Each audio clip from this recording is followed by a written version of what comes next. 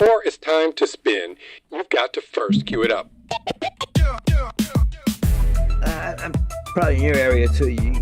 Everybody who owns a laptop, they're a DJ. Everybody who owns a DSL camera, they're a photographer. And what I'll do is put up blurbs so therefore you can see what I'm thinking about and why I chose that song. You can see the reaction of the kids. So you can kind of like get an idea of how to use it and what to expect. Why do you want to charge for something that you have the knowledge of and these other DJs don't have the knowledge of? Share your knowledge, you know? Right. But it's DJing's a lot of fun. It's a lot of work, but it is a lot of fun too, you know? I'm DJ Mikey Mike. I cover central, northeastern Pennsylvania, southeastern Pennsylvania, parts of New Jersey, parts of New York State. And I'm Dwayne Dixon, the Hitman DDub from Cleveland, Ohio. And it's time to cue it up.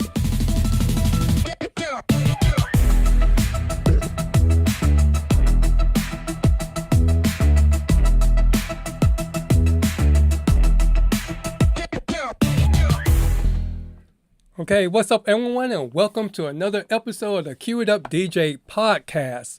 It's a podcast where DJs of all skill levels come to connect, learn, and grow. From pro tips to real talk, we're here to support and celebrate the DJ community. And tonight, we're joined with our DJ friend again, DJ Will. And of course, you have me, the Hitman DDub, along with my other DJ friend, DJ Mikey Mike. Back from his DJ gig. What's up, neighbor? Not much, sir. And last week's episode, here are the key takeaways. We talked about multi-ops from a multi-op owner's point of view. And his three takeaways were build a DJ network. Even if you're a solo op, it's still good to have a good working inner circle around you because you never know when you'll need a helping hand. The second key point was collaboration beats competition. And the third takeaway was your reputation is your brand. And so tonight, we're going to talk about post-gig fatigue. When your cat naps need naps. So I had a busy gig this weekend where normally I can like recoup and recover on Monday, at least by midday Monday, I'm, back to normal. But this one, I'm still dragging. It was hard for me to get refocused and put out the stuff that I need to put out and get ready for the next thing. And I would like to shout out, there are some people that were here right off the bat. We have DJ Troll. Make sure you tune in next week at 9 o'clock because he'll be dropping some gems for us. We have Buddy from TBM Productions here. We have Kevin from DJ K Productions also in the chat. And Kevin said he got nothing on his calendar. And old place that I did, KJ, hired a friend of owner that's real bad and everything. And if you all in the chat, if you want to join, I'll send you all the link. I'll put it in, Buddy, I'll put yours in Instagram, and Kevin, I'll put yours in Facebook. And if DJ Night Owl want to join in, I'll send you your link too. So you weren't here last week, Mikey Mike. So how did your gig go? No. It was a lot of fun. Kids were great. I got a lot of requests, but basically nothing from today. They wanted to hear AC/DC, Metallica, Journey, disco from the 70s, Casey and the Sunshine Band, stuff like that. It really, really surprised me for especially 7th and 8th graders. It just shocked me. I'm like, wow. Not that I wasn't prepared for that because I always have all my music with me. The only bad thing that happened was towards the end of the evening, 20 to 10, the teacher that was running the dance came up and said, Mike, the only thing we have bad going on tonight, you have to be out of here by 10 after 10 because the school alarm system gets automatically activated. If I wasn't out of there by 20 or by 10 after 10, I was going to be locked in the school till the next morning. So I texted my son and he shot right up and boom, we were broke down, packed up, and pulled out of the parking lot by 5 after 10, which was great. The students were pleased. Everybody had fun. It was nice to see seventh and eighth graders dancing because usually you do a gig with them. They go their own way. The girls stand on one side of the room, the boys stand on the other side of the room. These students really mingled. It was at first it was like, okay, guys here, girls there, and then all of a sudden started playing some music that they wanted to hear, and everybody started dancing. I mean, they were dancing to Metallica. One other group that they requested was Kiss, and sadly today Ace Frehley had passed away. I don't know if any of you guys heard that. He was the lead guitarist for Kiss, and they wanted to hear rock and roll all night. And so I asked, I said, well, do you want to hear the Poison version of it? They said, oh, no, we want the regular Kiss version of it. I'm like, yeah, these are seventh and eighth grade students. And I'm like, wow, they really shocked me by wanting to hear that music from today. I'm like, this is good. This is really good, I play the Cupid Shuffle, Macarena, and stuff like that, but they had a blast. And it wasn't none of this. They didn't want no quick mixing. They wanted to hear the song right through. It's like from point A to point Z, that was a change too, especially for younger students. So they're on to that TikTok, and it's boom, boom, boom, 15 seconds, you're out. 15 seconds, you're out. And not these kids. They wanted to hear the whole thing. I was really, really shocked and surprised, and I was pleased. But like you said, that fatigue, that coming back down from that, I mean, it was only a 2-hour dance. Actually, not even 2 hours, an hour and 50 minutes. But it just it didn't take the life out of me, but I was so happy with the music that they requested, and I was able to make them feel good, and they had a great night. I had a great night, and it was just next day, Friday, I was just like, wow, man, that was a great dance last night, but it drained me. But it was a lot of fun. I'm glad I did it. And I'll tell you, you don't realize how much doing a gig drains you. And that was, like I said, that was only an hour and 50 minutes. You do a wedding, it's 5 hours that you're there. Usually I like to get there at least 2 hours prior to the wedding. So you're actually there 7 hours, but then you get the hour setup, an hour breakdown. That just spins you for a loop. Like I said, I've been in this for a little over 20 years now. And going back when I first did it, man, doing a wedding was no problem. It's still no problem, but it was like I could do a wedding Friday. I could do a wedding Saturday. If I had one Sunday, I would do a wedding Sunday. Now, one wedding, that's it. It's just, it wipes you out, really wipes you out physically and mentally.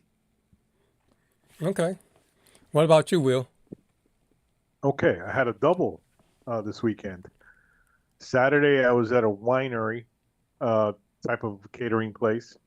I got there, I set up. I actually added an extra speaker, like a surround sound speaker, using the wireless transmitter and receiver. And then it's funny, as you guys know, I work for a multi-op.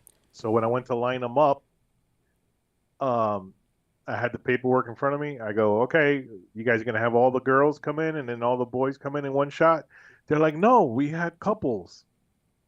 I'm like, oh, man. So I had to take my pen and right there I go, okay, don't worry about it. I go, we're going to do it right now, real quick. Who's first? Boom, boom, boom. And I started right in the back of the paper. I just go first couple, second couple. And I had to rewrite the whole entrance right there. Went back in and knocked it out of the park. And then the second day on Sunday, I had a wedding at a place where it's kind of like a refurbished church. It was a pain in the ass to get into because it's got the long wooden ramp that wraps around the whole place, and it wasn't easy to get everything in. And I got it all in. I had a problem with the cocktail hour and my ceremony. Ceremony was inside, cocktail hour was outside. Two different speakers. For some reason, the Bluetooth on the speaker outside kept connecting to my pad inside the facility. So then it would stop. But then when I have to go outside and just reset the phone, and so I had to turn off the Bluetooth on the pad. It was a pain in the butt, but I got it working fine. 1 hour left on the wedding. I think it was event was until 9. At 8 o'clock, the bride's grandmother decides to take a fall on the dance floor, dislocates her shoulder, and for the rest of the night, I'm just sitting there behind the DJ booth waiting for the ambulance to come. And then at the end of the night, they did a bride and groom dance by themselves, solitary, and then that was it. Luckily, I got to sit at the end of the event for about an hour to wait until the ambulance came and picked her up. And then the next day, I actually took off Monday to recuperate. I basically woke up like at 12 in the afternoon. And you're sore. You know what I mean? You're just sore. Your legs hurt. Your feet hurt. Your back hurts. Everything hurts. You have to take like a hot shower. And then little by little, you start moving around little by little. And then sometimes when I get done with a gig, I mean, I've been doing this for such a long time that my body is basically destroyed when it comes to like gigs. I mean, I like it so much, I'm not going to stop doing it. But at the end of the night, you get home and I'm so sore. My back is hurting. My feet are hurting that I don't sleep until sometimes 3, 4 o'clock in the morning because I'm so sore. That's it for me, guys. All right, I was just sending this one more thing out. In the chat, I also put a chat question because, as you know, this is just not a one-way street. This is a two-way street where we talk to you all, and then we would like for you all to talk back. I put in a question that says, how long does it take you to feel normal again after a big weekend? And Kevin says he never does. And Kevin, I emailed you the link. If you want to join, you're more than welcome to join us. Also, I sent a Facebook message with the link as well. So if you all want to join, you can join us live.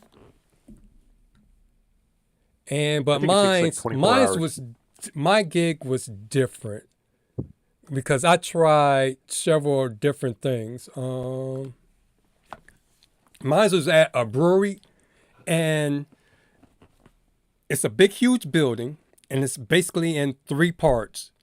You have the brewery part where they make beer, and then you have a restaurant part, and then you have a hotel part, and then you have like a museum part.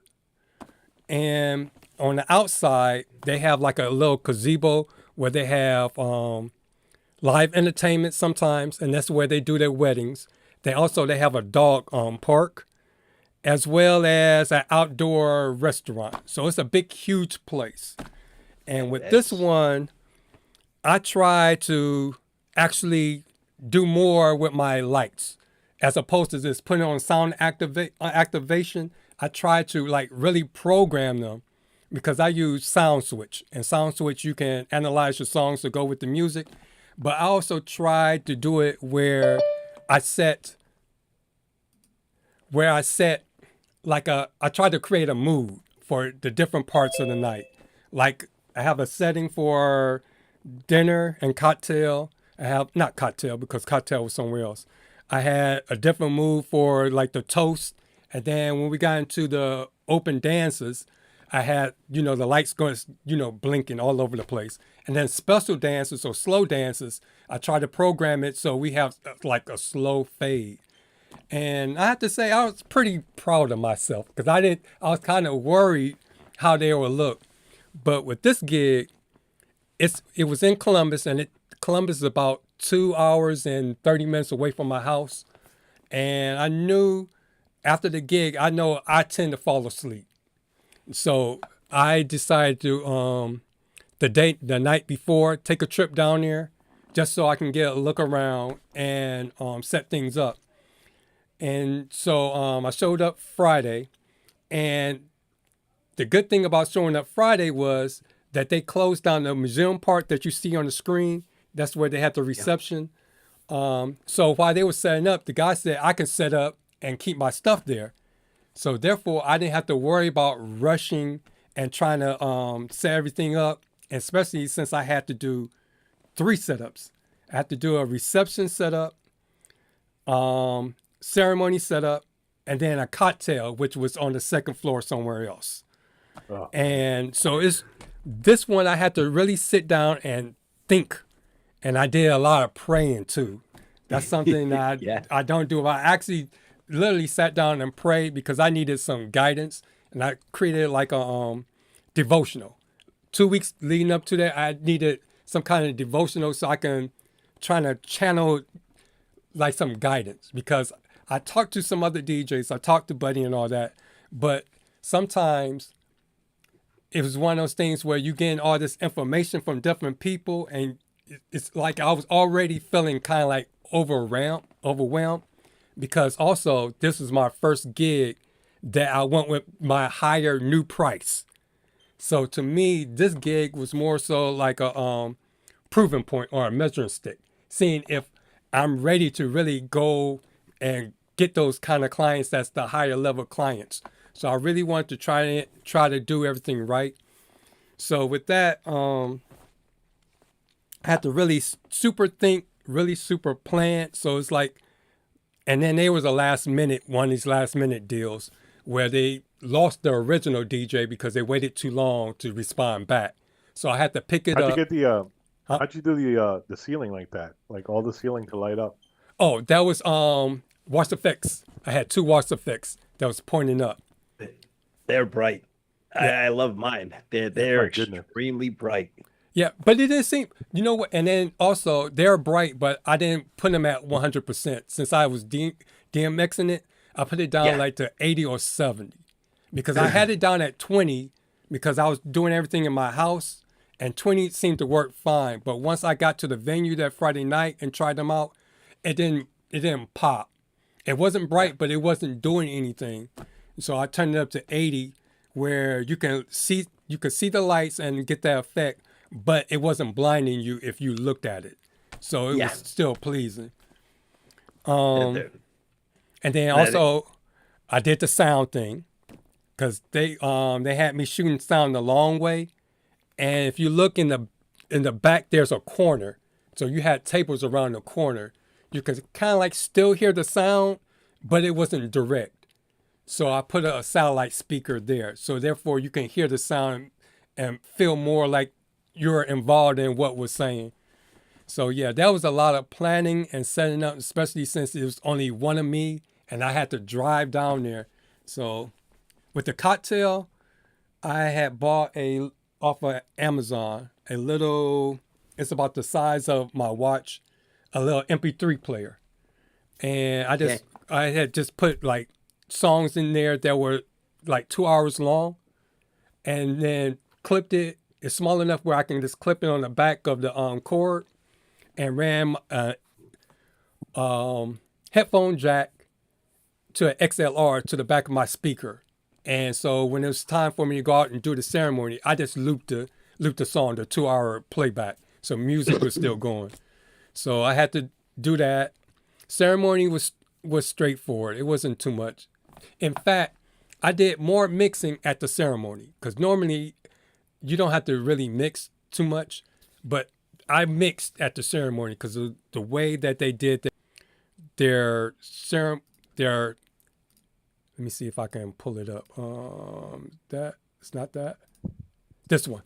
They were a young couple, and the way that they did their ceremony was something totally different than what I'm used to. It was almost like it went back to back it wasn't, how can I say it? It wasn't like parents introduction, stop. And bridal party introduction, stop. And the bride and the groom and all that stuff, and stop. One thing led to the other, and it was almost like doing a play. And this was the first time I also had a beer boy, as opposed to a ring bearer. So that was something new. So it was like I had to mix and fade those songs in and make sure everything flowed. So this was something totally different. I think I did pretty good. I got a compliment from the guy over I guess you can call him the event manager. He said, because he had a lot of DJs come in that were good DJs, but they never programmed their lights or put that much detail into their programming. And then the bride said that I did good too. So I'm just trying to, hopefully she'll give me my review that I asked for. But was it lavalier and handheld microphone, or just lavalier? No, it was a handheld. Handheld, okay. Yep. So I asked them, they said they wanted a handheld because at the same time they had their daughters read a speech. So therefore, what did you use, Bose, or what did you use for the speaker for ceremony? I'll use my EV 200 XLs for the ceremony and cocktail.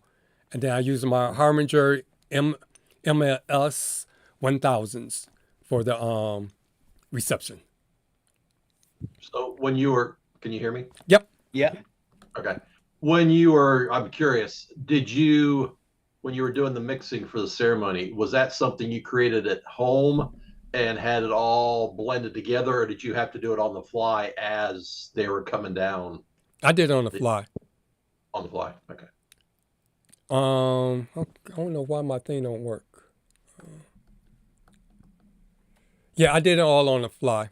Because you played a certain part and then you had to mix in, because you couldn't pre-program because you didn't know how long it was going to take them to walk down the aisle and everything. Right. Yeah. The only thing you could have done is if you went, and I don't know whether you did. Well, yeah, you said you did. Is go to the rehearsal. Yeah. See how long it was taking, and then you would have had to do it after the rehearsal for the next day. Yeah. So it was just going to be easier just to do it. Yeah. It was no big deal. And then too, I tried to do it without at the rehearsal because I didn't want to have to bring extra stuff and then try to set stuff up with the reception. So I tried going out the computer, because on the back of the EVs you have 2 input slots. So I tried to go out from the computer and the microphone right into that, but the sound was so crappy. It wasn't, to me, it sounded better coming out my controller and out the mixer. So I just went ahead, just bought the mixer, and they were pretty cool about it. It didn't take me that long.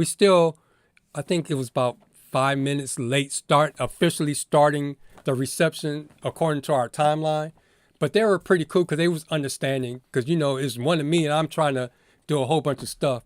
And then they also saw that I was there. I came, they had their rehearsal at 4:00, and it was over with at 5 or something, because the ceremony really wasn't that long. It was straightforward. But then when they came back and was setting up stuff, they saw that I was still there, fine-tuning the lights and all that stuff. So they was really impressed. They was like that I was doing, going way beyond what you would expect a normal person to do. How long did it take you to pick up, Dwayne, at the end of the night? 2.5 hours. Damn. That was 2.5. But at the same time, I don't know. Also, driving down there, the way I packed my car, I didn't unpack my car from the previous gig. I added stuff to it, so I didn't pack it the best way. So therefore, 1, I really didn't eat. 2, I stood all day. And 3, I really didn't get a lot of sleep between Friday and that Saturday doing that stuff. So I was moving slowly. About time it was my time to pack up. But also I needed to make sure the small stuff, put them down on the floor or under the seats. So therefore they're not sitting up high. So that's what took a lot of my time, trying to make sure I put everything in back nicely so I'll be able to see out the back window on my way back home. Yeah, it's a glorified game of Tetris. Mm-hmm. Do you imagine if you didn't have wireless DMX and you had to like run the cables for each light? That'd be a nightmare. Oh, man, That would be. I've actually done that before. Wired DMX on lighting moons ago, and to say the least, is not fun. One of the things I did when I this past weekend, I had two Rockville moving heads, and they're wireless DMX, so they talk to each other. And is it the wash, buddy, or the beams? The wash or the beams? The regular beams. The beams. The wash ones, I didn't like the look of them from Rockville for what I wanted, and they did not have wireless DMX, the ones I saw, so they're just regular normal. But I will tell you, they did add people on Saturday had my highest package. People on Sunday had my second highest package. So I was at the same venue both days, so Saturday, Sunday. So the people on Sunday upgraded the sound system. The people on Friday had a bigger light package. So the people on Sunday and Saturday both got rewards because I had the equipment there staged, and then only tore down most of the equipment. And then when we got there, reset everything back up very quickly because a lot of stuff was there. We just had charged things. But it's one of the things you got to work smarter, not harder. And the venue was very gracious. They have security there. It's alarmed and stuff like that. It was very gracious of them, allowing me to let me keep some of the equipment there. But one of the reasons why I have employees and I bring employees with me is because of the fact that I want 2 hours to tear down stuff like that. And when you're by yourself, it's hard. Even with Tracy and myself, there's two of us doing stuff. It can still take some time. And a basic setup, I have no problem with. But when we start getting into the elaborate stuff with multiple lights and stuff, I want to have another person, and I don't mind paying them. Plus, also, both Saturday and Sunday, they were not only my gopher for getting my request sheets, but also the other thing was that they were keeping glasses off the bass units of the speakers. So that's another great thing, having an extra hand. And that's one of the things, again, if you're looking at working smarter and not beating yourself up, having someone else with you and you're paying an employee really does help out tremendously. And, like Kevin calls it a second banana. It doesn't matter if they're just a grip or if they're actually a DJ or if they're whatever their title is. They should be helping you do and make you successful. And if you get tipped, you should be also tipping those employees as well to make sure they're incentivized to do the right things at work and perform very well. And that's, one of the things I always say is, pay your employees well, treat your employees with respect. But having those people there, they help support our brides and grooms, and they make sure our weddings come off successfully. And without them, I wouldn't have the success level that we have, that Tracy and I, work very hard for. But having those extra hands, especially very elaborate weddings, even this wedding this weekend, I have an employee on Saturday. Tomorrow we have a wedding, which is Tracy and myself. It's a smaller wedding, fairly easy. The one on Saturday is more elaborate, so we're bringing an employee. And that's the thing, is that you have to decide when you need help. And that's, I know you're having about, relaxing and stuff like that. I don't know. I can't relax like that. I can't just sit back. Yeah, sometimes I like on Monday or Tuesday after a wedding weekend, long weekend, you're taking a little bit of time to recover. But the thing is that you're still doing things. I'm still answering calls, and emails. I'm charging up my phone right now for tomorrow. There's still stuff to do, filling tablets with music, going through things, downloading stuff from promo only. It's always, you're always working, and just, you have to work smart. You can't just, do everything in one day, but you have to make sure you're not overextending yourself. And, sometimes having an extra hand or two is not a bad thing. It's a great help. I mean, I had a gentleman working with me, and it was awesome. And he was going out with my cousin, and then she started putting her 2 cents in, and she told me he deserves half the money. I said, I pay him good. Uh, I treat him very well prior to going to the event. Even coming home from the event, we'll stop. We eat there at say a wedding, and after the event, I stop. If you wanted a coffee or soda, whatever, an extra pack of cigarettes, I pick them up for him, and I paid him very well. But my cousin said, "Oh no, he deserves half of what you're making." I said no. So he didn't blow me off. He showed up late for the next event, and then the following event, he's like, "Yeah, Mike, I'm ready." And then I'm waiting for him to come. I'm like, "Joe, where are you at?" He's like, "Oh, I can't make it this weekend." I'm like, "I talked to you yesterday. You said you're coming." I said, "I was counting on you, And he's like, "I can't make it." And at that time, my son was only like 9 years old, so he was no help to take with me. My daughter was only 12 or 13, so she was no help. So there I was by myself. Buddy, like you said, that the venue let you keep your equipment there, which is great. There's 2 venues that allow me to keep my equipment overnight if I have a double gig, or if they have nothing going on Friday night and the wedding is Saturday, they'll call me up and say, "Hey, Mike, we have nothing going on. You want to bring up your stuff set up tonight?" All right, it's no problem. So, which is nice, and they're both venues are privately owned. It's not no big conglomerate or a chain corporation, whatever you want to call it. They're just a private venue owned by very nice people. But you get that extra hand in there, believe me, even if it's 2 extra people coming with you, it makes your life a lot easier.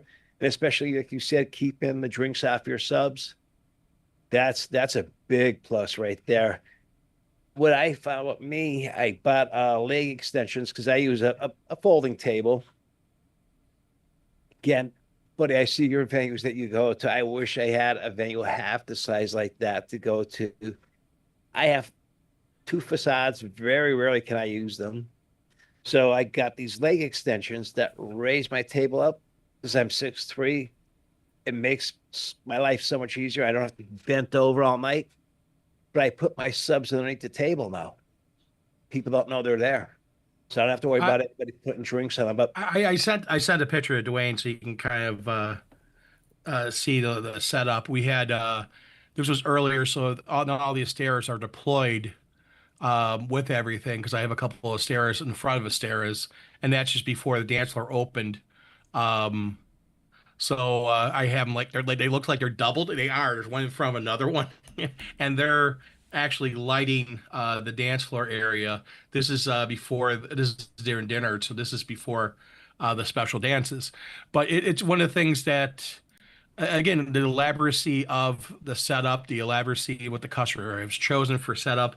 The moving heads were very easy to do and stuff like that on those stands. And I didn't put them to the highest part. The stand can actually go higher. But it gives a nice look. And again, you want cleanliness and a clean look. And I know that everyone here strives for that. And they really work very hard at it. I know you do, Mike. I know Dwayne does. I know Kevin does. I know Will does. And the reason why I say that is because that to me is a very crucial part of any setup is that I feel if you're clean and if you have stuff ready, you can start breaking down earlier. Like Sunday night, we ended at 11 o'clock. At 10:30, the uplights behind the head table, they pulled all those. So stuff that you can start tearing down at 10:30, we're tearing stuff down at 10:30. And it's not because we want to be everything prepared, but I feel that really helps out anyone who is doing DJing, that they can really make life easy and simpler for themselves and not make it overcomplicated. And I think that also helps with recovery and helps you relax. And I have one of my employees next to me in that picture, in that image there, Quinn, in that picture. And then Sunday was similar, but they have two less stair sticks. So I had to get stair sticks behind me. And that's because they get a different package. The people on Saturday had a higher package than the people the next day. But that's just because, again, I kind of combined the two together a little bit. So one got an upgrade, the other one got an upgrade as well. And I like the simplicity of things, but the thing is that also you put a little work. Now, the people also on Saturday too, if you can see the projector, they had a monogram, a gobo on the pipe and drape behind them, and it's a motion gobo, so it actually was rotating and moving and doing stuff on Saturday, where versus people on Sunday did not have that. So it's there's always differences between every wedding is a little different. But like the booth and stuff like that, it is easy to break down. It is very easy to take care of. It fits in a bag. It's something, again, when you look at stuff, how difficult is it and how long is it going to take you to recover? Will, how long did it take you to break down normally on a gig? 45 minutes. Okay. And Kevin, how long did it take you to break down? Well, I'll tell you what. My breakdown time, and it depends on if I need to get out of there. My friend, who and you've always wanted to meet face to face, he just wads up everything and throws it in the cube. So he's going for speed. He don't care. He does not reorganize it. He just pulls it out the next event. So he's the quickest one around. Me, for the last event I did, which was a school, it was 1 hour and 15. You have a very elaborate setup, and that's the thing you look at is how elaborate your setup is. Now, again, Dwayne and I have talked about a couple of his gigs, and the gig that you talked about when you did the satellite speakers, how long did it take you to break down at the end of the night? For me, Yeah. on average, I can do it within an hour. Okay, but the gig you had when you did the satellite speakers and the arrays in front, and you had like a half wall up. Oh, that was less than an hour because I had my wife there. But see, That helps this out a one, lot. this one, He yeah, this had a one was roadie. this was different because I had multiple setups, Yeah. and then on top of that, at the same time, I'm trying to break down. So is the event manager. So we're trying to break down and not be in each other's way.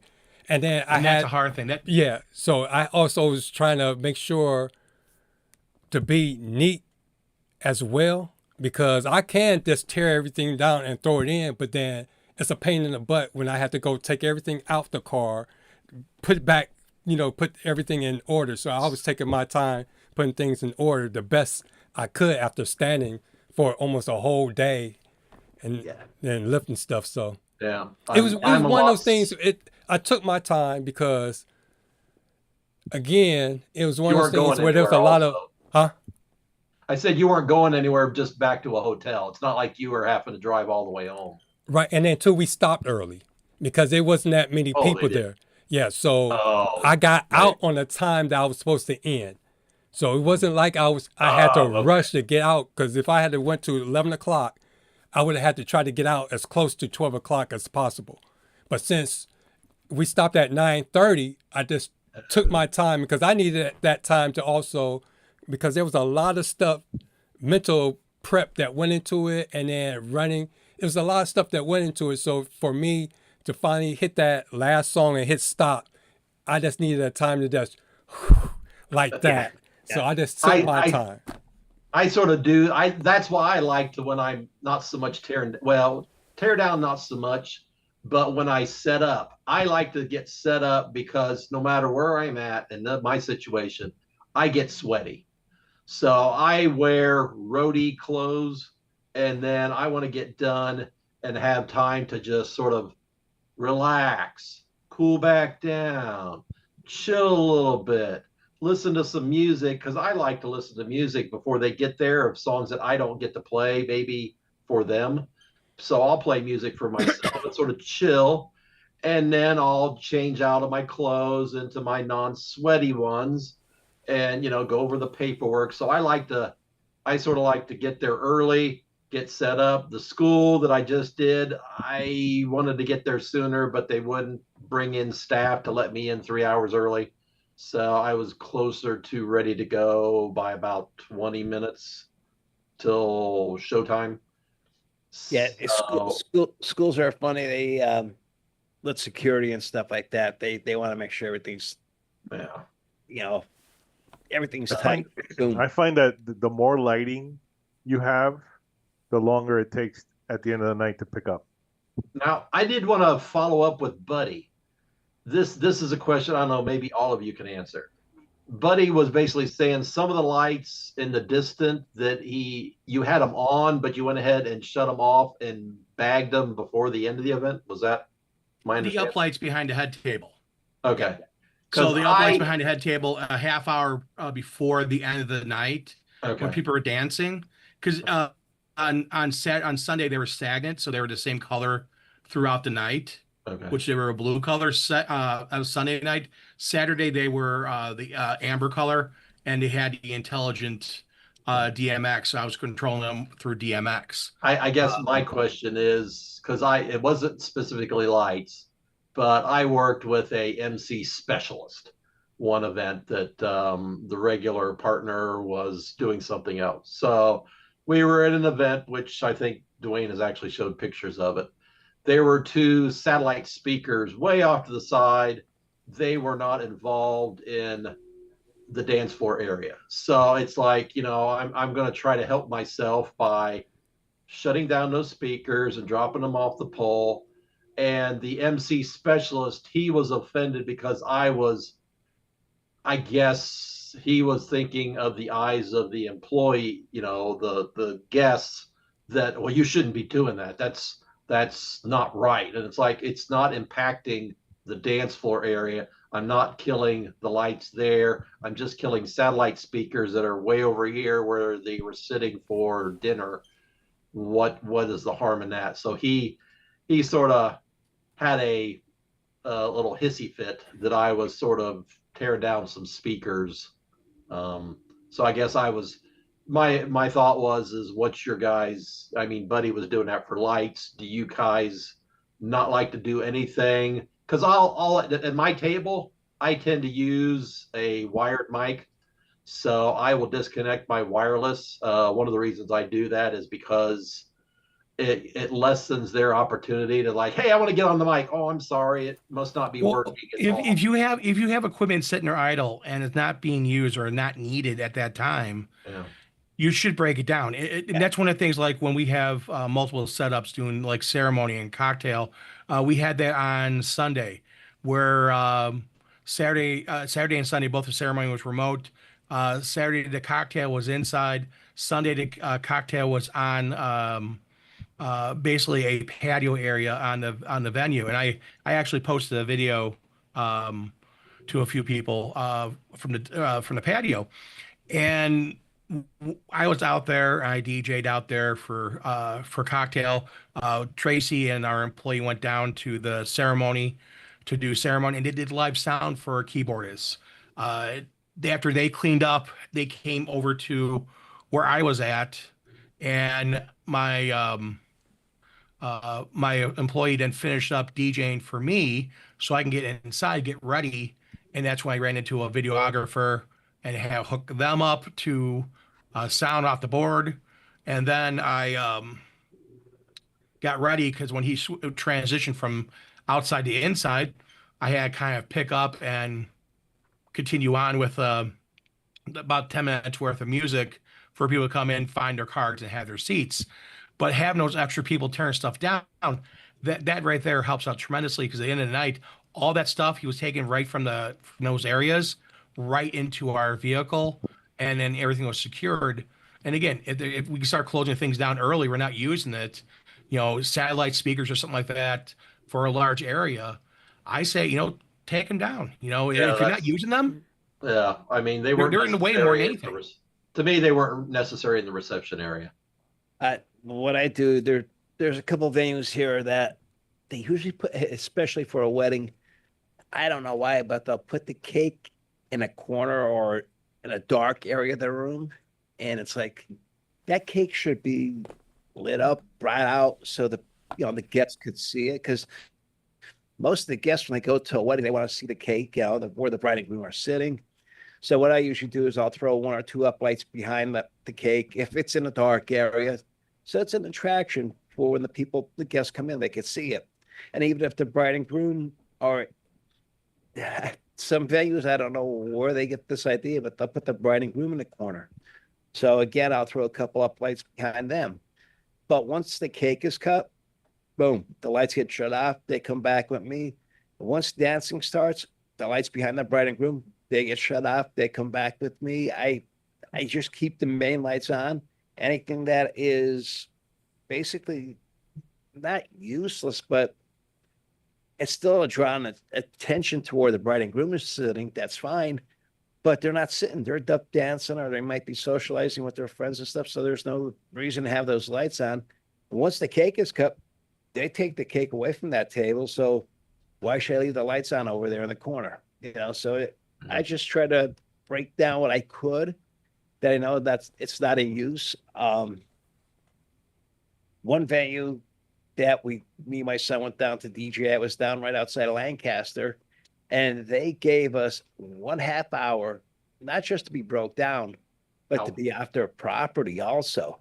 And if not, we had to pay their staff overtime.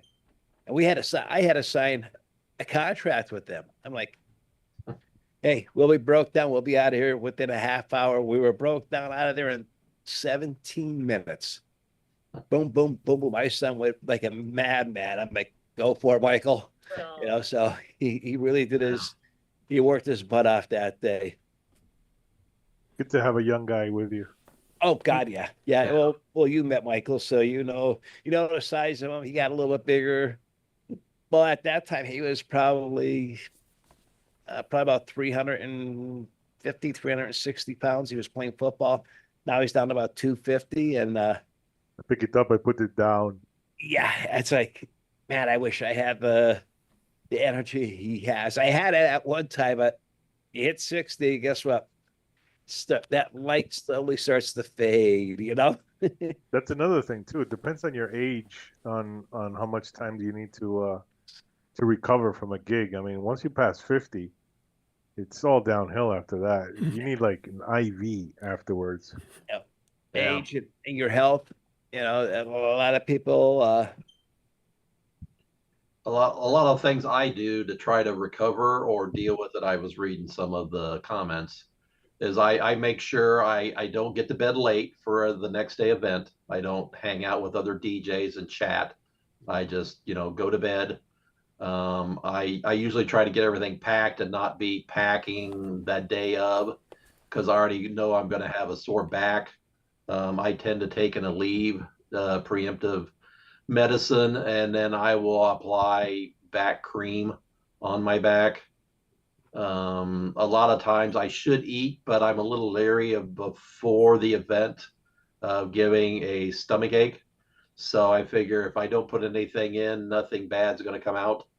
Or dirtying your shirt. That's what there's Imodiums for. You take 1 or 2 Imodiums. But even then, it takes time. Now, if you got a second banana, then they can, they can play some tunes. But since I work as a single op, and part of the reason I have to work as a single op is the pricing in our area isn't really conducive to having a second person, unless I can get it priced in the buddy area. Then I could do that a little more often. I have got some people that'll maybe do it for 15 an hour, but the problem is if you call them on it, are they going to be available? What if you have stairs? I mean, I got to pay a guy at least $150 or something. I have done stairs. I did a barn. We were talking about, I think, the other night. I did a barn where the ceremony was in the basement area. The main reception was on what was the main floor, and then they put me up in a loft. So I had to, during that ceremony, I got a workout, breaking down.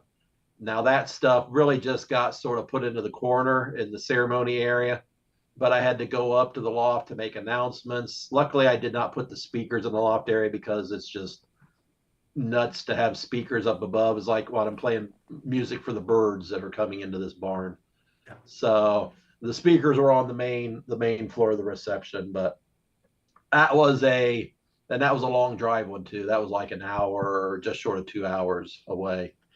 booked through the company I worked for.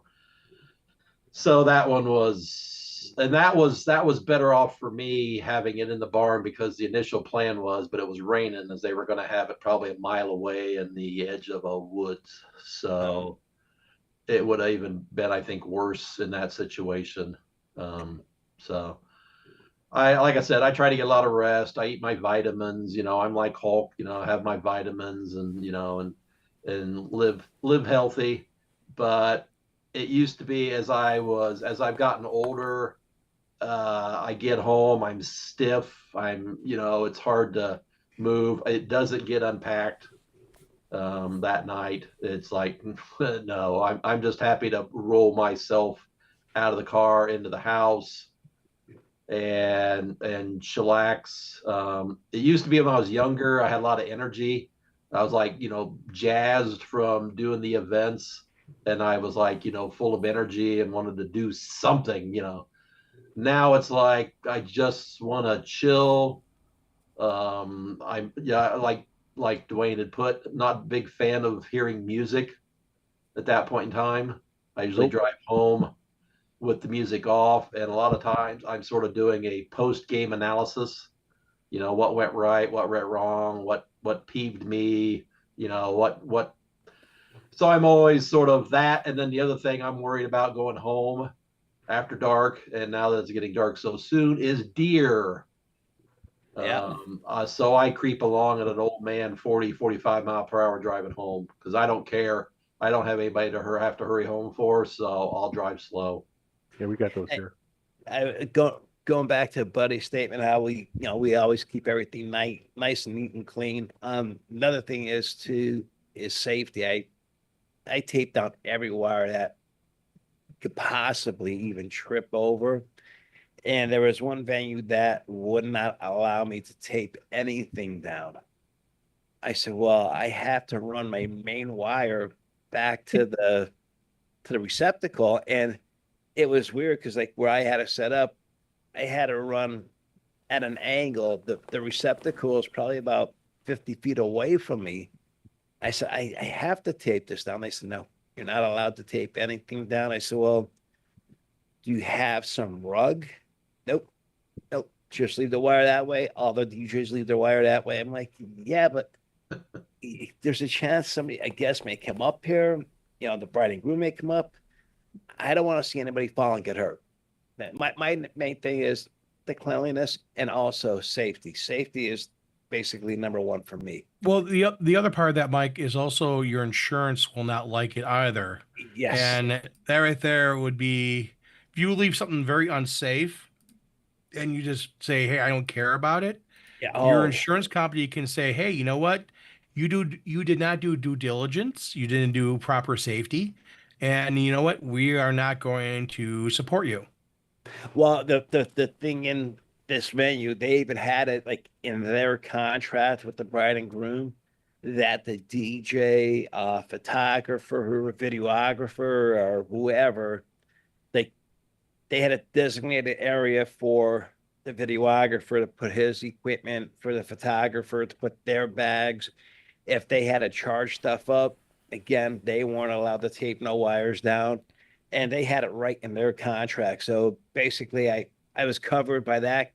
It said DJ's not allowed to tape no wires down, not allowed to put no rug down, nothing. I looked at the floors; they were just normal hardwood floor.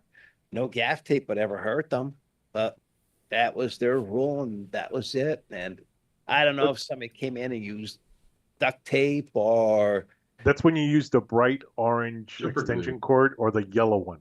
yeah, The exactly. ugliest one you got. That's the one you bring out that day. Or you put caution tape up, Yep. For Well, that, hopefully no one's using duct tape anywhere, because that right there is not. Or Or the what grill I've been known to do is, if it's not a area that people should be flowing through, grab some extra chairs, put them over the cord, so they won't be walking through there. I mean, if you really want to get some of those put together sawhorses, that they have, and just carry them with you and just sort of, put them over the cord. It's like, okay, well, you're not letting me tape it down, but I'm going to make sure no one's going to walk through this area. Well, I would probably say instead of using a sawhorse, especially at an event like a wedding or something that's very elegant, mats, you can go to, Home Depot, Walmart, whatever, buy some nice. I do that. Mats throw over. Yeah, I do that, Rachel but Lynch. I'm thinking outside the box, further outside the box. Get the Rachel Lynch mat. Especially the chairs. If you didn't bring anything, I've been known to, grab some chairs and just sort of put them so that you're not walking through here. Yeah, I was going to say this is what I use. Let me try to get to it. It's like these That'll little look good, strips, plastic strips. Did you buy them on Amazon? Yeah, I bought these on Amazon. Are they flexible? Yep. And they're So they're thick. almost like segmented, like a. Because I saw some, and I was interested. Cable runners. Yep. And I like them cable because runners. they're thick and you can do more. How many cables can you stick in one of them? 2? No, you can do more than 2. You can get, Really? that's a regular size. You can get at least 4 comfortably in there. Because I have the gray ones that I got from Micro Center, but those is like you got it closes. You can slide the cord under it and it closes. But to do it quickly, you have to cut like a bigger opening so it can fit on top of the cords. They lay flat and I can just flop them down and the cords will fit right under them. Are they set length, or can you like click them apart and make them any length you want, or grow them and make them longer? No, they came in, I think it's 20 feet. It's a 20-foot, it's one long 20-foot thing, and I just cut it in sections. So it's, because normally, I think these are 9 feet, maybe. I've tried to put it the length of how I normally would put my speakers Spread out. Gotcha. And so that's what I use. And also another thing to help on breakdown time, if you go through your equipment and if you can set up everything you're going to bring, preset everything that you're going to bring, and when you tear it down, put all the cords in the bag of the speaker or the lights or in a buggy. So therefore, only thing everything I need is in this baggage, and you just pulling that out. All the connectors of the product are in there, yeah. Right. It was just I was going 2 hours long, and I was so scared of forgetting something. I just put everything in there just to make sure I had it. That's the only reason it took so long. Other than that, I try to preset because I don't like doing no 2-hour breakdown. And just like when I look at those bad DJ setups where they have all these lights and speakers, I don't be thinking about how it looks or sound. I'll be thinking, how long did it take you to set up and how long did it take you to break down? How many people and all that? It's like I get fatigued just looking at it. The one thing I lose with having a bad back, I have this stool that I bought off Amazon. I love them. It's a nice little padding on the stool, and actually it looks like I'm standing up, even if I'm sitting on it. I must have lost about 9 of them already. You know, you especially the venue, if you go to a venue for the first time, you've never been there, and they say, okay, you've got 45 minutes to break down and be out. Our staff is waiting to go home. It's like, so you're rushing. Yeah, you fold the chair up, you put it up against the wall or whatever, and out you go, and you get home, you're like, oh man. Now the one venue did call me up and say, Mike, I got your chair for you. I said, okay. This is one of the venues that allow me to set up early the day before if they have nothing going on. But if you've never been to that venue before, you forget it. They don't care. It's an extra chair for them, you know. So Mike, do you got your name and phone number on each piece of equipment, like on a sticker or something? I use let me see if I have it. It's a Sharpie pen, right? But it's paint. It's actually a oil-based paint. And it's So- a paint pen. All my equipment, I put my name on it. DJ Mikey Mike. I mean, everything except for my computer because I know I'm taking that. My hard drives, I mark it on that. I'm going to start marking my chair. This is permanent; it won't come off. But I'm going to put it like in 2 or 3 different places underneath on the inside of the pole. This way, if I do forget it, they could find me. They could call me up, and I could go from there, and I could go back and get it. I mean, unless it's like that gig, that wedding that was 2 hours away. Guess what? I'm not driving back 2 hours to get one chair. I'll just order another one from Amazon. And it's funny because like you order one chair, I think they're like $85. But if you order 2 of them, it's 120. So it's like I'll order 2. The way I always better order 2, you know. This chair you're talking about, what type of chair are they? Is it a stool? It's a stool. Is it those collapsible ones that Like the Odyssey? pull out? No, it's just how can I say it? I'll send you a link to it, Kev. Okay. It's a great stool. Like I said, I'm 6'3", and I have a bad back, bad legs. So standing there all night, it would kill me. I just pull that stool up, and some people come up to request music, and I'm still taller than them sitting there in that stool. And I mean, it's very comfortable. No problems with it at all. I mean, I know you said you got a table that rises up to you, because Yeah. I was at the event that Dwayne helped me with. He got to see that little tabletop rising table. Okay, so that, this is what I have are leg extensions, and I bought 3 different sets because just in case I lose one set. The one set I got is metal, and it just goes on the legs of my table because it's a folding table, and you can raise it up. The metal set, you can raise it up 2 inches, 4 inches, 6 inches. I think it'll go up 8 inches higher than what the normal height is. So I mean, it gets up there, but I just use the plastic ones. It sets at a perfect height for me. I love it. You know, one of the things, you know, you have some medical ailments. I have a bad knee, so I know what it's like, and I really feel that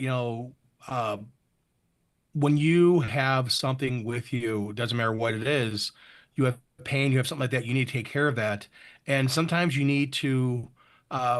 When you look at your schedule and you're scheduling, gigs, you have to also look at, are you going to be burnt out? Tracy and I have done in the past 3 weddings in a weekend, and she is burnt out, and she still works a regular full-time job. So I do this full-time. I have time to recover. I have time to, walk around or hop around the house, depending on my knees killing me or not. But she doesn't have that time to do that. So one of the things we've done is actually lessen the amount of gigs we do. We'll do 2 weddings a weekend, and that's it. And to me, that's a huge, huge thing, is that, my wife needs time to recover. I need time to recover. But I also want to make sure that we're not being burnt out. We're not beat up that badly. Yeah, it's tiresome, but, getting that rest is very important. Make sure you're not overextending yourself is very important. And making sure that, if you have another regular job, if you have something and you're not full-time DJing, that you're also able to go back to your regular job and fully do your other job, because your other job is important. And if you're not able to do that because of your side business or your side job or your part-time job, wherever way you want to look at it, then you need to reevaluate things. Now, there's also comes a part when you look at which is better, which do you want to do, which can you do more? Can you grow the business more and leave that full-time job so that way you can concentrate on it, you don't have to worry about that? Or can you not right now? Yeah. And that's one of the things, after so much time you're moving heavy gear, that is very important. My one drawback with mine is I have that spinal cord stimulator implanted on my back, and the actual unit is in my lower back, and it's right on my belt line. So it's like if I could wear sweatpants to DJ a wedding, I would be perfectly fine. But I wear dress pants, and most of the times I wear suspenders. There's some times that I'll throw a belt on, but I'll tell you, by the end of the night with a belt, I'm in so much pain because you're moving and that belt's just gliding right alongside that stimulator. It's like, oh my God, I can't wait to get home to get my sweatpants on. Or I'm the opposite. If I wear suspenders without the belt, the next day I can't walk. I have to wear a belt and the suspenders. really, okay. See, I just, I, I love belts that I went through 12 years of Catholic school, so it was a shirt, tie, dress pants, so you always had to have a belt on because they checked. But I was always so used to wearing a belt, but once I got that stimulator put in, if it was an inch and a half lower, it'd be perfect. If it was an inch and a half higher, it would be perfect. But it's just directly right on my belt line. I got a question sort of with the recovery for everybody. Based on, it takes a while to get yourself going. Is there anything you've done to change to make it easier on you, to quicken the recovery, like a different piece of equipment, services, or anything you're looking at doing to try to make it easier on the tear down, the whole deal? So that, the next day you don't feel like you've been run over by a, asphalt compressor, roller. First of all, when we're setting up, if it's my son with me, if it's my son, my daughter, and her boyfriend, if we're using both subs, that's sub bags, then we put the speaker bags inside that, the speaker stands, fold that bag up, it'll go inside one of those bags too. Try to compress everything to the most minimal, but put it in the way you're going to take it out. So you're going to break your speakers down first. Boom, there's your speaker bags. Next are your speaker stands. Take that bag out. You just try to set it up in the order that whatever you're going to break down first, they're going to be the first things coming out of whatever you. I bought this little well, not a little wagon. Will bought one similar, and it's great. The thing stands up probably about 3.5 feet high. You just place stuff in there and then put a black sheet or black tablecloth over it. You would never know there was empty bags in there. It would just look like a table behind you. As soon as you're ready to break down, boom, boom, boom, everything's there. You're done. Get everything packed in the vehicle. You get home. But my biggest thing is the recovery is I get home. I'm so hyped up from the event.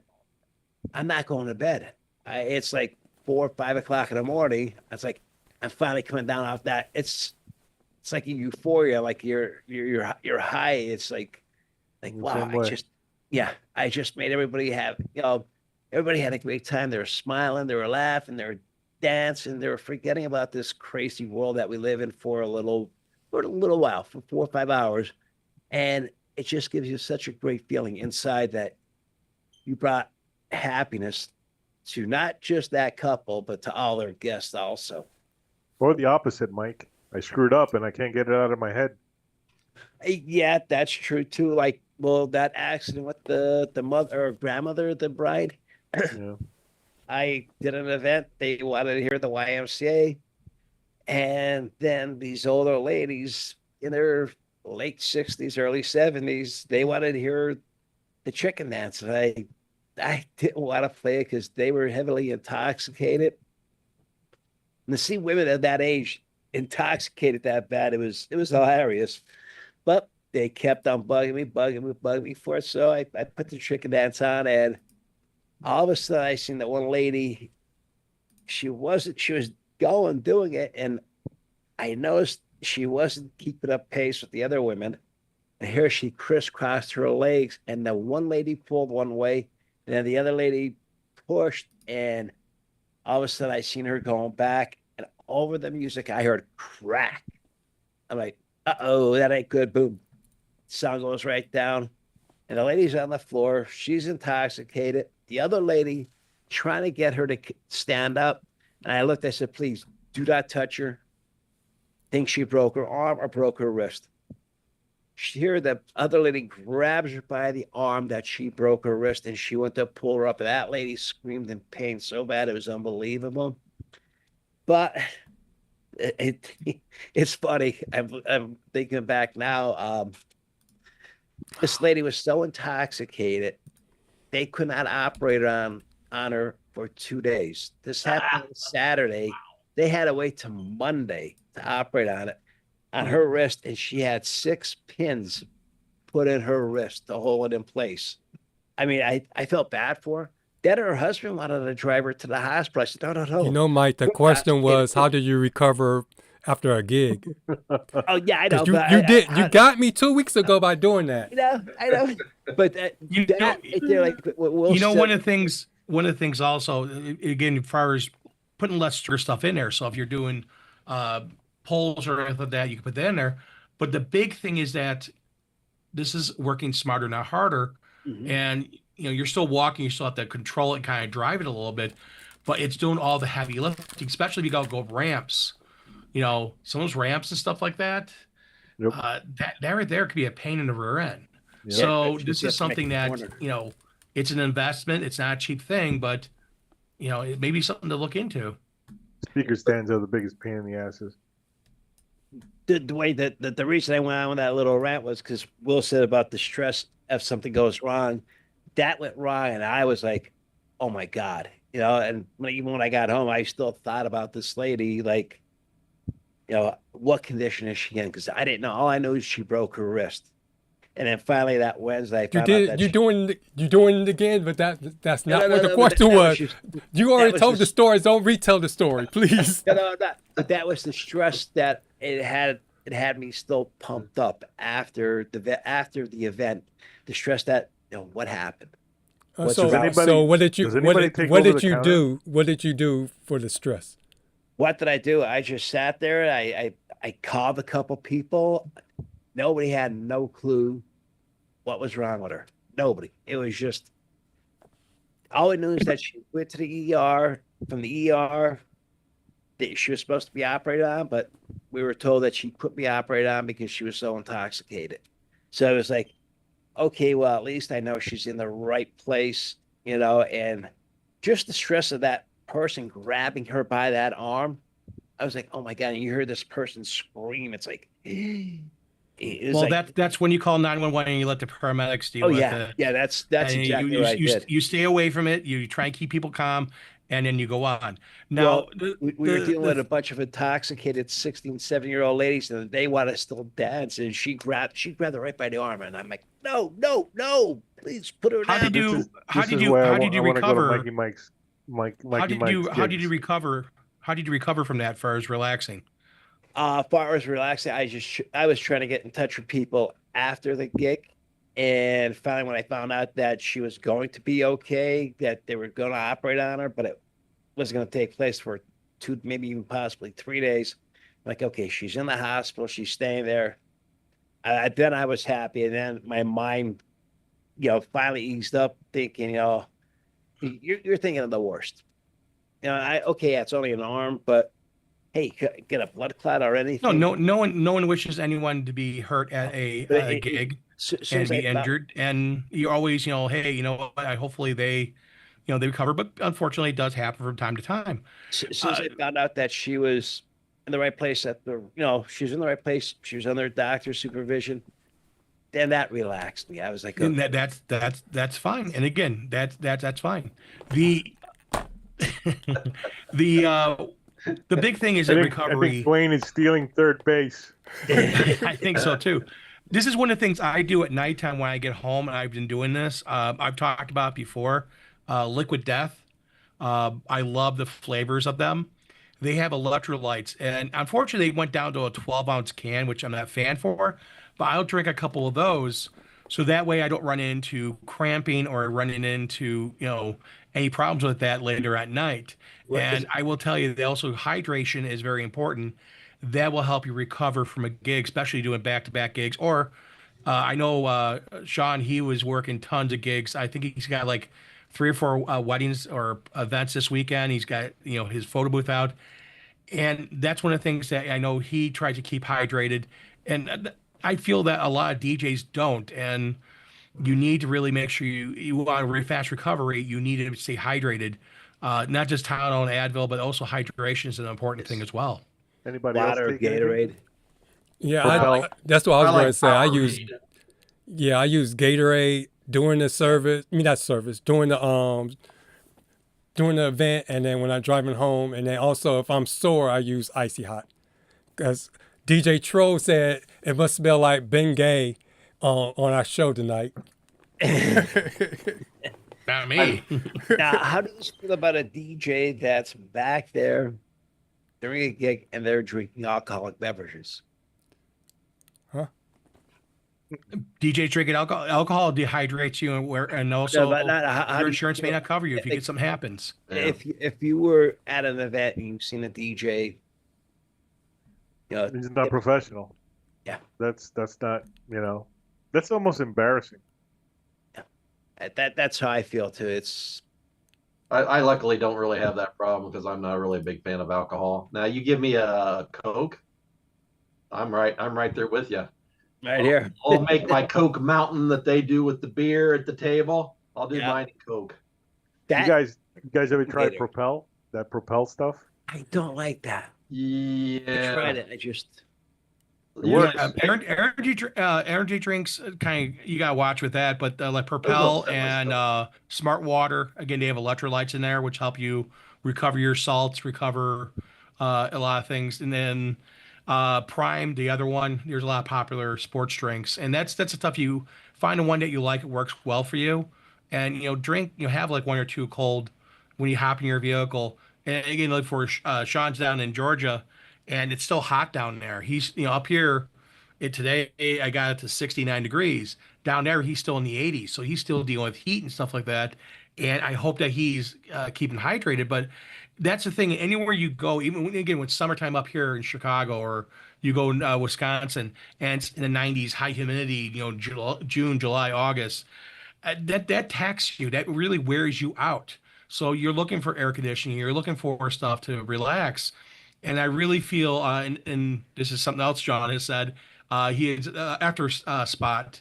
And one of the things is an after spot. Where do you go afterwards? What do you do? Pick up some food? And Sean's place in Wisconsin was always Quick Trip with a K. They're all over Wisconsin. They are a gas station, and they have a convenience store. And he told me that they will make you a sandwich at 1 o'clock in the morning. He's done that, and that's part of the thing, because sometimes you leave a gig, you're hungry and you haven't eaten, and you want to recover. Pick up a Gatorade, pick up a Powerade, pick up whatever liquid that you have, and stay away from the energy drinks because they will dehydrate you. Even soft drinks can too much sugar, too much caffeine. You kind of want stuff to kind of, not for you to fall asleep, but you kind of want to start getting into more relaxation. That drive home, get home, you have time to decompress a little bit, and you want to go to bed. But you're hungry and stuff like that. Having that place afterwards, it could be whatever, Raising Cane's, McDonald's, Burger King, wherever you go, get yourself something to eat, or if it's a favorite spot, hang out at for a little bit afterwards. That's part of recovery. That recovery, the mental recovery, because again, you're going through and trying to decompress from everything. You're going like all hyped up from everyone, and you're just trying to relax. I can't tell you how many times I try to fall asleep after a gig, and I have a hard time because I keep going through music and stuff. Like, it's like your mind is running and like, oh, I could have done this, oh, I could have done that, and it's kind of a little bit normal. But you need to decompress. You need to find ways to decompress and find places or find things that you can enjoy that also help you recover quicker.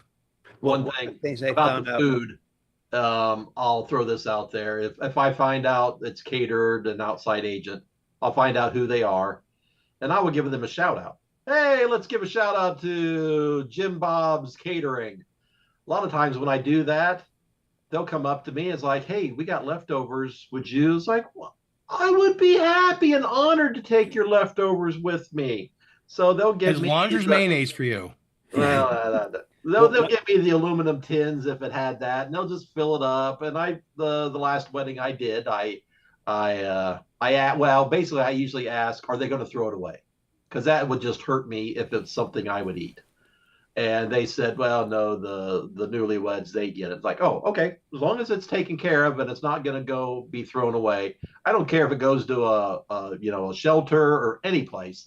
Just don't throw it away. One thing I found out, the more relaxed you're at the gig, I don't care if you're inside, you have air conditioning, you're still DJing, you're still, physically you're moving around. Mentally, that mental strain on your body is worse than sometimes physical pain. So I don't care, summertime, wintertime, I have a floor fan or a floor dryer, they call them. I have one of them tilted up at me, and I have another one blown on the other side of me. It's keeping me cool. It's relaxing me. It's putting my mind at ease, even though it is chilly in there. But we're back where I'm at. I'm already thinking, okay, what I'm going to play next, what I'm going to do next. You get, guests coming up and questioning you. But if you stay comfortable at the end of the night, yeah, you're going to break down, you get sweaty and stuff. But for the 5 hours you're DJing, you're comfortable. So your mind gets a little bit more at ease. So when you get done, you're doing your breakdown, packing up, you're going home and take a nice easy ride home. And it just seems like you unwind more. If I have a gig that's only 15 minutes from my house, that's when I get home. My mind's still racing about it, Well, and as far as recovery and stuff like that, one other recovery thing is I love doing is just taking a hot shower, is like a warm shower, and just relax for a little bit. Quick shower, water's run over my head, over my face, wash my face stuff. But you get some time to relax and just relax muscles a little bit, and you have that, you're also cooling a little bit, especially when it's warm out, you're hot. And again, it's going back to getting hydrated and staying hydrated, but also, are you also, relaxing when you get home? And that's a big thing, that recovery, that relax that you need to have before the next gig, especially doing back to back. It sounds funny, but you want to make sure that you're taking care of yourself. And, I try to also take care of my wife too. A lot of times we get home, I'll hop in a shower, or she'll hop in a shower, and then we'll switch. And then, before you know it, she's ready for bed. And I'm like, okay, hey, let's get some sleep. And we're off very quickly. But sometimes, again, things are running your head. And that's why sometimes you have to kind of just turn your brain off. And that's the hardest thing, is turn your brain off at night. You guys run into that, but you're thinking of things, running through scenarios and stuff that happened. It's like, oh, this is cool. That's cool. This happened. And it's turning off that brain, turning off to relax. Because if you don't relax, you don't get good sleep, you can't do anything the next day, especially with a gig. And you want to be able to do what you need to do. Even if you don't have a gig the next day, just go to the store or get gas or whatever. You want to make sure you're able to do that. Anybody take meds like after a gig, like Tylenol or anything? No, like I said, I take a leave before, and if I still got back pain, I'll take it afterwards if I get A leave? Yeah. Now, my son played football, and one thing after football, they get back to the locker room. Every starter, they took ice baths, and it just relaxed them instantly. I seen it. I'm like, you guys are gonna go in that, and it was just filled with ice and water. I'm like, you gotta have rocks in your head, but it relaxed them. So there's times I come home from a gig. Yeah, I'm gonna jump in the shower. I just put the hot water on, just very little. It's basically a cold shower I'm taking, and it does relax you. Yeah, it helps with muscle recovery, because icing muscles relaxes muscles, and it helps out a lot. And DJ Troll, I love you, bro. He drives home with silent air on or windows down and just chill. I do it a lot of times. The radio's off. I just am driving home, trying to just concentrate driving, and I'll have some water to drink. And again, he said before also to stay away from alcohol and caffeine and stuff because again, you want to be alert, but you also want to have time to drive and decompress and go through things and just concentrate getting home, do what you need to do with your vehicle, unloading, whatever. And then you had that recovery time. You had that time to sit gotta back, step out take a real nap, quick. and sleep. Be right back. I gotta step out real quick, okay? All right. Kevin, No does problem. does the Aleve mess with your heart or anything? Aleve? Does it speed up your Uh, heart or anything? Not that I No, it know shouldn't. of. Okay. I just know it's. They told me not to take a leave, but I know for sure a Are you on leave high blood eats up pressure my meds? stomach. See, that's why I don't like energy drinks. Those just upset me. I used to, when I worked at a factory for a short time, everybody was taking those little, I don't know, 5 hour things or the 5 hour or energy. whatever.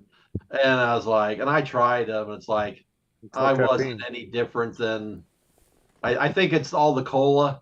It's basically the caffeine has just sort of made me just, I am what I am, as like Popeye would say, so I haven't really noticed an effect other than I get more of an upset stomach. So I avoid energy drinks.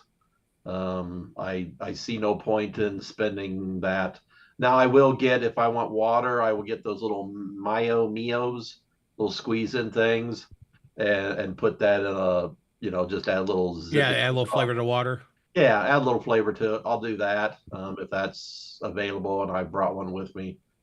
DJ Troll was saying ibuprofen 800 an hour before, and then tear down. And if he's overnight somewhere, he goes to a hot room, gets a hot tub, and soaks for 30 minutes. That does help a lot. I'm surprised. DJ Troll does not have a hot tub as Casa, and has time to recover, because that right there is one of the best things. I told Tracy, if we move, I want to get a hot tub at our next house, because sometimes that's a great thing to recover, especially the next day. Just sit there for 20 minutes or so in the hot tub A and whirlpool. relax your muscles and stuff like that.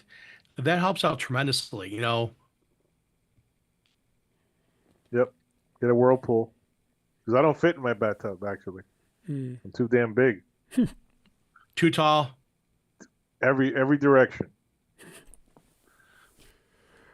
But that's another thing too. You have to, when you're like 300 pounds and you've been standing for 6 hours and you're not used to standing, at the end of the night you're destroyed.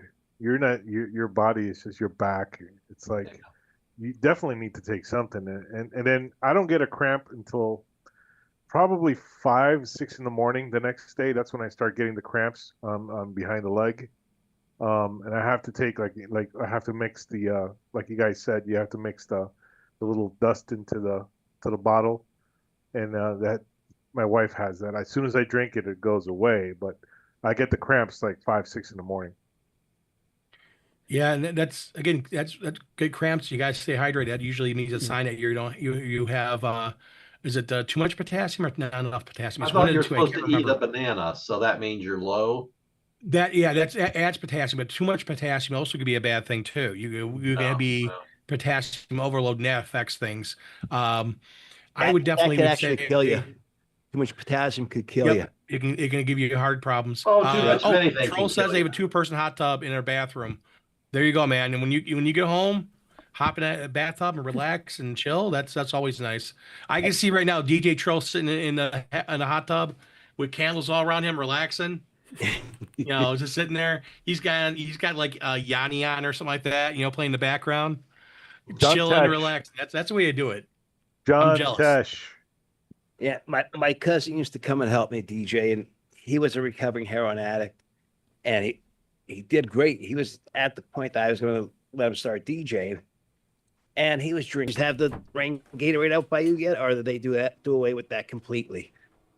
I think he stepped out for a second. I think I don't know that I remember seeing that. Oh, I used to. Hold on, Dwayne is He's there. What is electrolytes anyway? Salt, right? it is salt, and it's other minerals that your body needs. But salt is part of it, and it's electrolytes is helps the muscles work. So it's an important thing in your body. But yeah, salt is part of that, electrolytes. And that's why when you look at like sports drinks, there's sodium in there, because that sodium helps transfer the electrolytes into your system, but also helps retain water in your system. Too much salt's bad, not enough salt's bad. Yeah, Dwayne, do you have the rain Gatorade out by you yet or no? I don't know. I haven't been looking for it. I just always I- get the fruity fruit punch one. Okay. See, I always loved the purple rain Gatorade. Oh, I would drink. I'd go to do a wedding. I take 3-quart bottles with me, maybe even 4. They were. I just love the taste of it. I didn't get a heartburn from it, and they actually help you out a great deal. You know, you got to think of everything. You know, your food intake, what you're eating. Make sure you have a meal before you go. I very rarely eat breakfast, but the day of a wedding, I make sure I eat a breakfast. Lunch I'll skip because I know when I'm going to do the reception, I'll have some food there. But make sure you have something, you know, water, Gatorade, Propel, something that you like that you know that's going to help you throughout the night. I like that seltzer water. I think Buddy said it. Liquid Death. I like Squirt. I don't like seltzer water. It's like my mother. She drinks ginger ale. It's like, oh, yuck. Everybody's got their thing, you know. Everybody's yeah. got their Not thing. bad thing. DJ Troll says Pink Floyd, and he said this chat is dead. Well, we have you here, DJ Troll, which is always good. Yeah. So, Dwayne, what do you feel the takeaways are for tonight's show? Yeah, I was getting ready to get to it. Wanted to make sure you all got it out your system. But also want to shout out DJ Pretty Boy. He's in the chat, and he says he drinks sugar-free Red Bull while setting up and then water the rest of the night.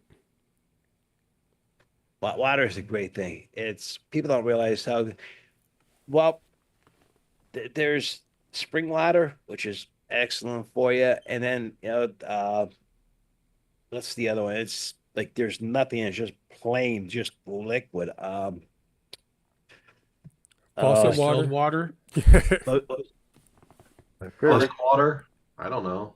No, it's my mother used to drink it, and I mean, there's nothing. There's no minerals. There's Yeah, distilled water. That's distilled water. distilled water. It's like, Yeah. how can you drink that? You're not getting. It's for your batteries.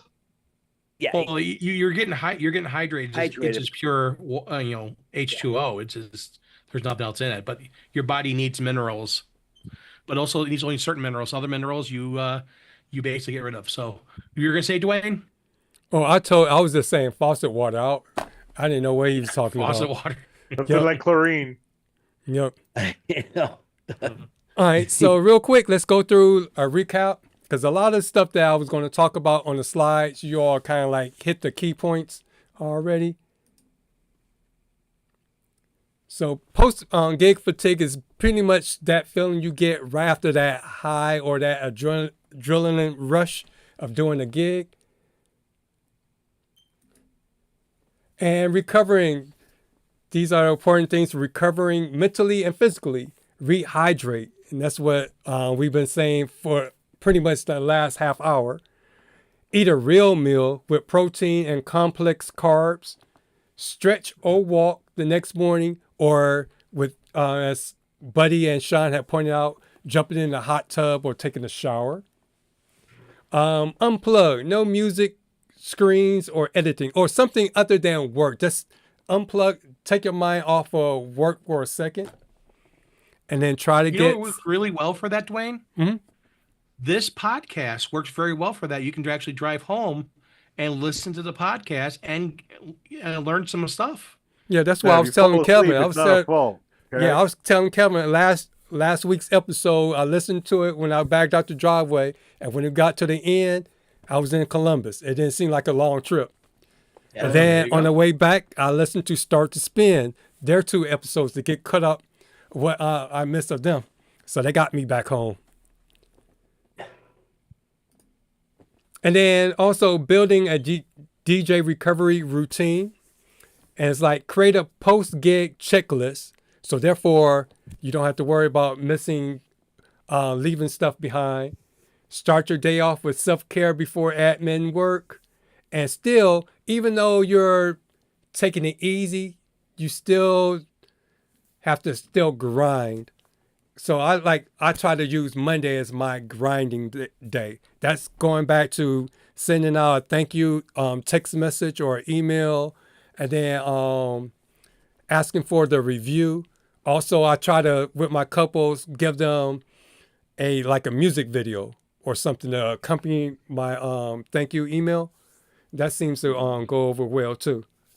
And also make sure you schedule in work time.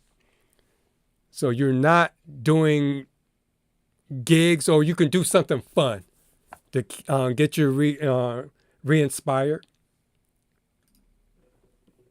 Rest does not equal lazy. It's a smart business. A rested DJ performs and communicates better.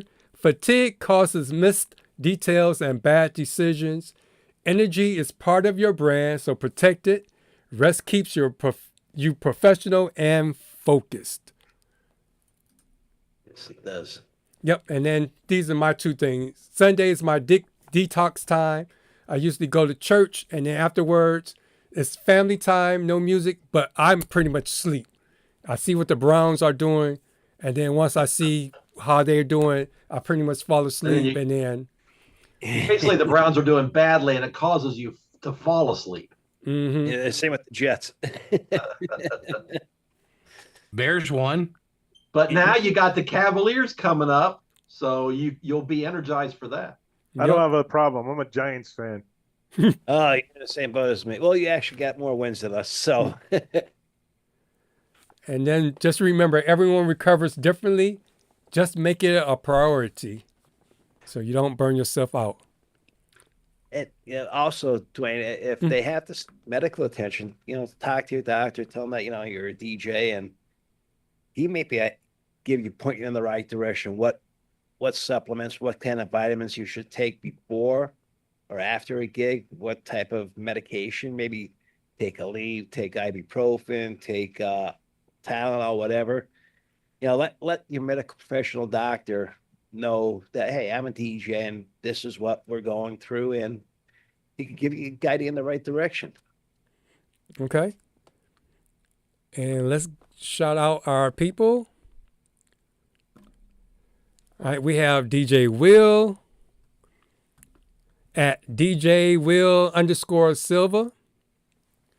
Then also we have Buddy from TBM Productions, and his YouTube channel is at TBM Productions DJ1. He's also over the DJ Roundtable, and we're going to talk about that in a second.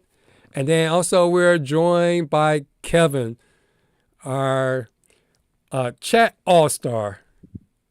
Yep. Thank you very much. All right. And if you haven't done so already, you can join our Facebook group page. Here's the long URL code, or you can just type in cueitup in the search engine on Facebook. You can also follow DJ Mikey Mike at DJ Mikey Mike on his Facebook and his Twitter, and at DJ Mikey Mike 45 for Instagram. And then you can follow me at Hitman DDub on all my socials. And then also we have the DJ Collective Network, where it's one voice, and where it's one culture and many voices. And again, the views and opinions expressed during the DJ Collective Network primetime shows are those of the individual hosts and guests of that show. They do not necessarily reflect the views or official stance of the shows or the DJ Collective Network as a whole, its affiliates or production partners. Viewers and listeners' discretion is advised. So welcome to our Primetime DJ lineup, a weekly schedule of live stream shows built for DJs by DJs. Whether you're just starting out or scaling your business, we've got the knowledge, the stories, and inspiration to help you level up. And on Mondays at 9 o'clock p.m. Eastern Standard Time on YouTube, for every DJ chasing dreams, no matter the odds, it's your time to spend with DJ Cool Thing. On Tuesdays at 9 o'clock Eastern Standard Time on Twitch, join Buddy and his weekly guest panel of DJs for unfiltered conversation that matter. It's the DJ Roundtable with Buddy from TBM Productions. And if you missed the live broadcast, you can see the rebroadcast on YouTube at 1 o'clock every Monday on his channel at TBM Productions DJ1. And then On Wednesdays, it's the DJ Biz School. He'll be coming with new videos in the near future. And when he does, you can see those videos. There's new videos at 7 o'clock p.m. Eastern Standard Time on YouTube at the DJ Biz School. It's not just about spinning tracks, it's about spinning success. Learn the business side of DJing, where it's branding, marketing, SEO, and strategy. As well as, and that's with Sean, DJ Night Owl, and he'll be our guest next week to talk about photo booths and specifically his photo booth. He has photo booths that are, I think it was $16.95 at the start. I think they're up to $19.95, but I can tell you in a second how to get your photo booth at the $16.95 in a second. But this is what it looks like. Make sure you visit his website at photoboothdirect.com, and you can look at the different styles of photo booths. And I'm going to show you in a second once we get to the bottom. I want to make sure I got the website right. I think I said it right. Got to speed up this. Oh, photoboothdirectclub.com. So that's the website. And if you want to get your $350 off, you can use our code cueitup, all one word, all capitals. And it's CUEITUP, and you can get your discount on your photo booth. And again, he'll be joining us next week to talk about the right way to do photo booth if you want to add that as an add-on to your DJ business. And then on Thursday, it's the Cue It Up DJ podcast with me, the Hitman DDub, and DJ Mikey Mike, live at 9 o'clock Eastern Standard Time on my YouTube channel at the Hitman DDub. And then also on Thursdays from 9 to 10, it's the Start to Spin DJ podcast with DJ Pretty Boy and DJ Shay. And then you have the KJ Chill Room with Kevin, along with Matt and Eric, and you can join them live every Monday at 7 o'clock p.m. at djntv.com/KJ Chill, and then they do the rebroadcast of that show on Sunday nights. Also, we have Recreate the Vibes podcast on YouTube by _DJ Reese _ and he talks about DJing for corporate events. So make sure you remember to like, share, and subscribe to all of our channels. And before we head on out, today's fade out message is rest today so you can rise tomorrow, stronger and sharper. And again, every DJ has their own way of decompressing, but just make sure you decompress. Either sleep, make sure you eat, meditate, reflect. Just make sure you get it in before the next gig so you'll be in more mentally fresh and ready to go. So do you all have anything you want to say before we head on out? Thank you, everybody, who was in the chat tonight. DJ Troll, Pretty Boy, everybody that was there. Thanks for stopping by, checking out our show. And thank you for our guest that came out tonight. Will, Buddy, Kev. Thank you, guys. Yep. No problem. Just let me know. Okay. Prepare for the worst, hope for the best. Yep. Hey, that's my motto. Yep. That's And then what. there's another one where it harder. starts with S, happens. Yeah, they say Work that smarter, all not the. harder. Yeah, they say that all the time up here in Cleveland on the sports thing on our sports channel. Every time before they sign off, after they get finished talking about the Browns, they always say that. Okay, and also if you want to be a guest on the show, just DM me or DJ Mikey Mike, and we'd be more than happy to bring you onto the show. So with that said, remember, before it's time to spin, you gotta first cue it up. Take care, have a blessed week, and make sure you go out there and tear those gigs up.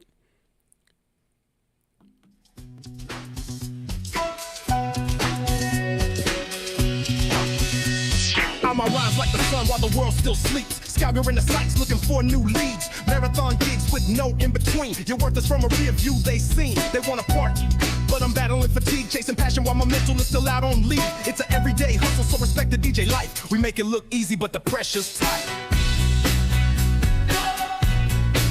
Cue up the pressure. Pressure. Cue up the pressure. Pressure. Cue up the pressure. Pressure. Every dollar earned got a story to tell. Dreams in the booth where the DJs dwell. Clubbing is a struggle like it's all I've got. Set it up, break it down, travel to the next spot. Ambitions, the engine stay sharp like a tool. Revving through my gigs, power drinks is fuel. It's an everyday hustle, we'll respect the DJ life. We make it look easy, but the pressure's tight. Pressure. Cue up the pressure. The pressure. Pressure. Cue up the pressure. Pressure. Pressure. Cue up the pressure. The pressure.